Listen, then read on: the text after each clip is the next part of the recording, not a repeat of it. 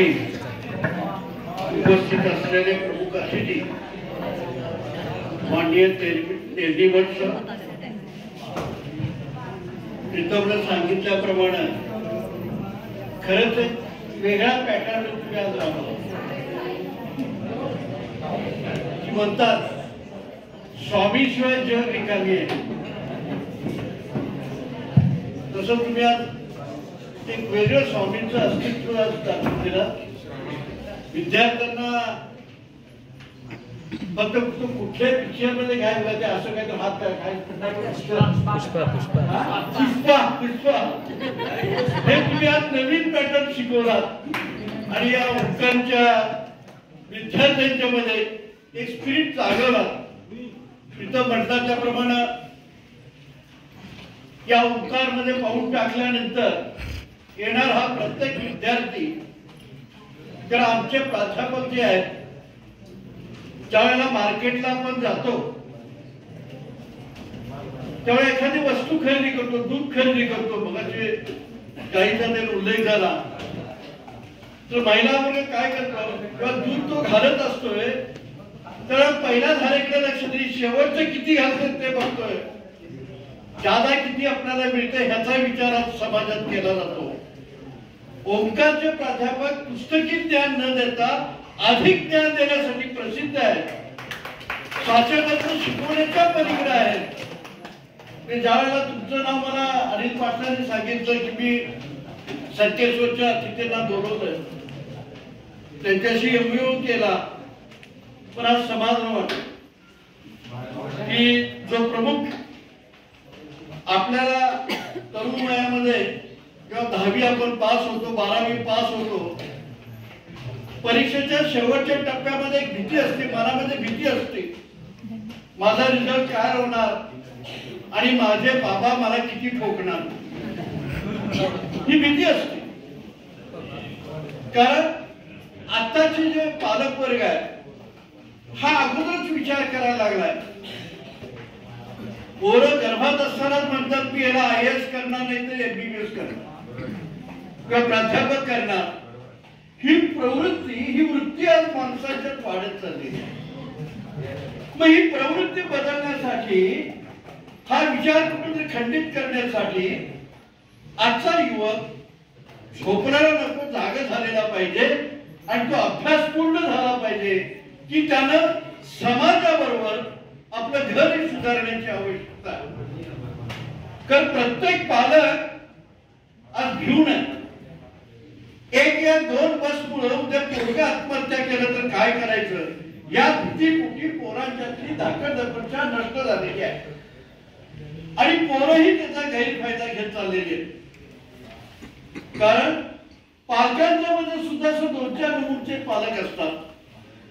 एक असतोय पालक तो हुकुमशाह असतोय, दुसरा असतोय तो मित्रा पालक असतोय, तिसरा असतोय तो रूढी पालक असतोय, रूढी पालक, आणि चौथा असतोय तो निग्लेक्ट करणारा पालक असतो, आणि 5वा असतोय तो सुजाण पालक असतोय की जो सुजाण पालक आपल्या पाल्याशी बोलतोय, सुखदुःखात त्याच्या सामील होतोय आणि पुढचे मार्गदर्शन करत असतोय आपण कसं जगायचं, काय जगायचं. आता सरांनी सांगितल्याप्रमाणे, तेडियाटपट सरांनी सांगितल्याप्रमाणे नुसतं खुर्चीकडे बघत बसायचं नाही, तर ती खुर्ची मिळवण्यासाठी काय करायचं हे शिकवणारा पालक लागतो. पण जो मित्र पालक असतो तो काय करतोय, एकच पोरगा आहे, उद्या पाणी हणार आहे, त्याला कशाला नको, पोरीला कशाला करू. मग ज्यावेळेला मुलगा किंवा मुलगी कॉलेजमध्ये येते त्यावेळेला तिने जर कुणाला एखादं पत्र दिला आणि नकार दिला तर तिने आत्महत्या करते. त्याला त्या पोरगी जबाबदार नसते, तो पालक जबाबदार असतो. कुठल्या गोष्टीला सपोर्ट द्यायचा, मुलंही धाडशी बनली पाहिजे, कर्तृत्ववान बनली पाहिजे. त्या ह्यानं आपणही सुद्धा घरामध्ये आई वडिलांची चर्चा घेतली पाहिजे. मला खात्री आहे की आज तेजवर सरांनी सांगितल्याप्रमाणे ही प्रत्येक गोष्ट तुम्ही घरात आई वडिलांना सांगा. आणि ज्या वेळेला सरांनी मला असं सांगितलं, सरांनी मला टाळ्या वाजवायला सांगितल्या, सरांनी मला 45 सेकंदामध्ये मी 50 काढले, मी 120 काढले, हे जाऊन सांगितलं पाहिजे. ही चर्चा जर तुम्ही घरामध्ये केलात तर खऱ्या अर्थानं तुमच्या आणि आई वडिलांचा संवाद होईल आणि तुमचं पाऊल चुकीचं पडण्यापासून तुम्ही परावृत्त व्हाल. म्हणून दिवसभर जे घडतंय ते घरातून सांगणं हे प्रत्येक मुलाचं कर्तव्य आहे. जसे निगडीत पालक काय करतोय, जो तू बघ माझं मी बघतो, यातून पिढी जी आहे आता कालखंड जर बघितला सर, आमच्या वेळेचा जो कालखंड होता त्यावेळेला मुलं ही भावनावश असायची, एखाद्या मुद्द्यावर रान उठवायची, एखाद्या मुद्द्यासाठी संघर्ष करायची. आता मात्र ती मुलांच्या मध्ये एक प्रचंड कमतरता आहे. कुणी सांगावं चला उठा, उठली आणि चालली, यांना विचारच देणारी माणसं नाही. आणि तो विचार देण्याचं काम हे ओंकारचे प्राध्यापक करतात की समाजामध्ये चांगलं काय आणि वाईट काय आणि कुठल्या मार्गाने केलं पाहिजे हे शिकवणारा ओंकारचा प्राध्यापक वर्ग आहे. आता बघायची एका पोराने शिट्टी मारली, बरोबर, पोरं आल्यानंतर काही पोरं ही उड्या मारणारी असतात, काही मुलं ही शिट्ट्या मारणारी असतात, काही पोरं ही ओरडणारी असतात, तर काही पोरं ही शिव्या देणारी असतात. पण आमचे प्राध्यापकही तसे खंबीर आहेत. त्यांना माहिती आहे की उड्या मारणाऱ्या पोरग्याला कुठे घ्यायचं. आमच्या धुळे सर लागलीच त्याला ग्राउंडवर घेतला, काय उड्या मारायचे ते मार. शिट्ट्या मारणाऱ्या पोरासाठी सुद्धा आमच्यामध्ये अशी काही प्राध्यापक माणसं आहेत की त्यांना समाजात पोरांना चांगल्या गोष्टी आहेत, त्या गोष्टीसाठी शिट्ट्या मारून सांगणारा वर्ग हा ओंकार म्हणे. आणि तो ओरडणार आहे, मग त्याला घाडगेपणा म्हणतात, चल डान्स कर, चल मेकअप कर, चल, ह्या अशा गोष्टी हे शिकवलं जातं. आणि शिव्या देणारा जो वर्ग आहे त्यांना वर्गाला सुद्धा मग आमच्या चिखलीकर सर म्हणतात, काय नाही चव्हाण सर म्हणतात, हे चुकीच्या मार्गाने चाललंय, समाजामध्ये चुकीच्या मार्गाला जात असेल त्याला थोपवण्याचं इतिहासात काय सांगितलं जातं हेच सांगण्याचं काम ते करतात. आजची पिढी ही मोबाईल आहे, मोबाईल वेळी आजची पिढी आहे. तो मोबाईल बघा तुम्ही, प्रत्येकाचा लॉक मोबाईल असतो, असं की नाही, किंवा फेस रिडिंग असतंय. अरे तुम्ही शिकायला आलाय, समाज घडवण्यासाठी आलाय, हा देश घडवण्यासाठी आलाय, अशा वेळेला मोबाईल लॉक का करताय, फेस रिडिंग कशाला. तुम्ही 3 वर्ष सुखात काढायचे ते 30 वर्ष चैनीत काढायचे. आणि म्हणून मोबाईल लॉक बंद करा, फेसबुक फेस रिडिंग बंद करा. हे संपूर्ण आपल्या आई बापाला, बहिणीला, भावाला समजलं पाहिजे. आणि तुम्ही आतापर्यंत 12वी झालात, SSC झालात, काही FY BCom आहेत, काही BCom ला FY BA आहेत. एक काम करा की तुम्हाला या स्टेज पर्यंत यायला कुणी मदत केली, या स्टेज पर्यंत यायला कुणी मदत केली ही यादी काढा. आणि त्याच्याबरोबर दुसरी यादी काढा, तुम्ही कुणाला मदत केली. ज्या वेळेला तुम्ही मदत केलेली यादी मोठी असेल त्या दिवशी खऱ्या अर्थानं मनुष्य जन्म प्राप्त झालेल्याचं सार्थ केला गेलं असं मी म्हणेन. आणि दुसऱ्याला मदत करण्याची इच्छा तुमच्यात निर्माण व्हावी हे आमच्या तज्ञांना विचार. आमच्या तज्ञ सर नक्की हे सांगतील की जीवनामध्ये जगत असताना कशा पद्धतीने मदत केली पाहिजे. आणि एक म्हणजे आज अभिमान समजले कॉमर्स विभाग जो आज आहे त्याचं सगळं श्रेय हे तज्ञाला.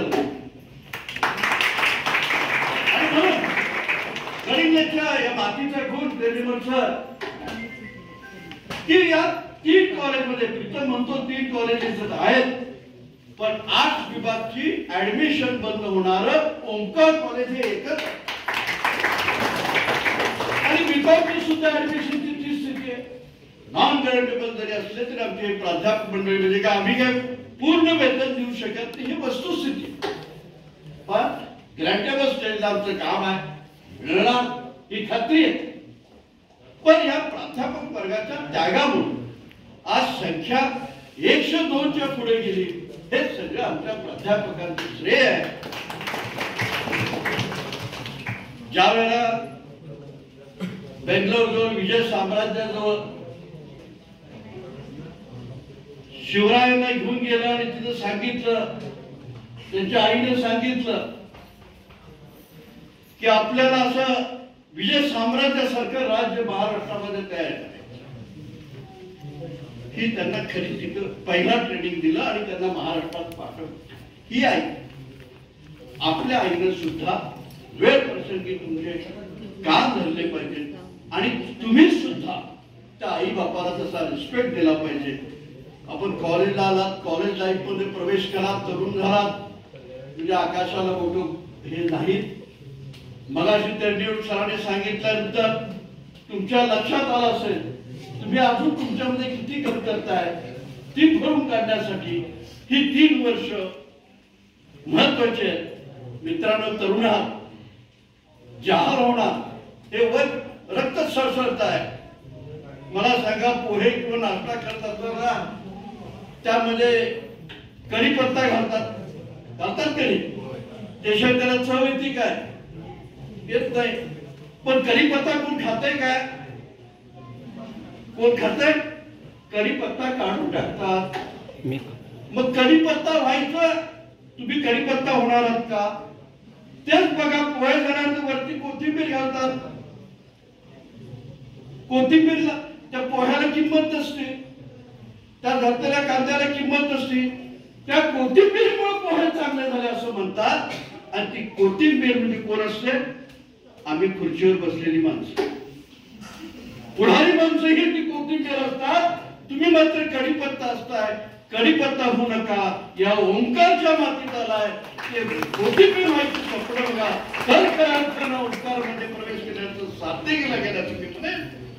या 3-4 वर्षामध्ये मला सांगितलं, तुमच्या कोणत्याही अडचणी असतील, कुठलीही तक्रार असेल, तिथे एक बॉक्स आहे. तो बॉक्स डायरेक्ट माझ्याकडे त्याची चिठ्ठी आहे.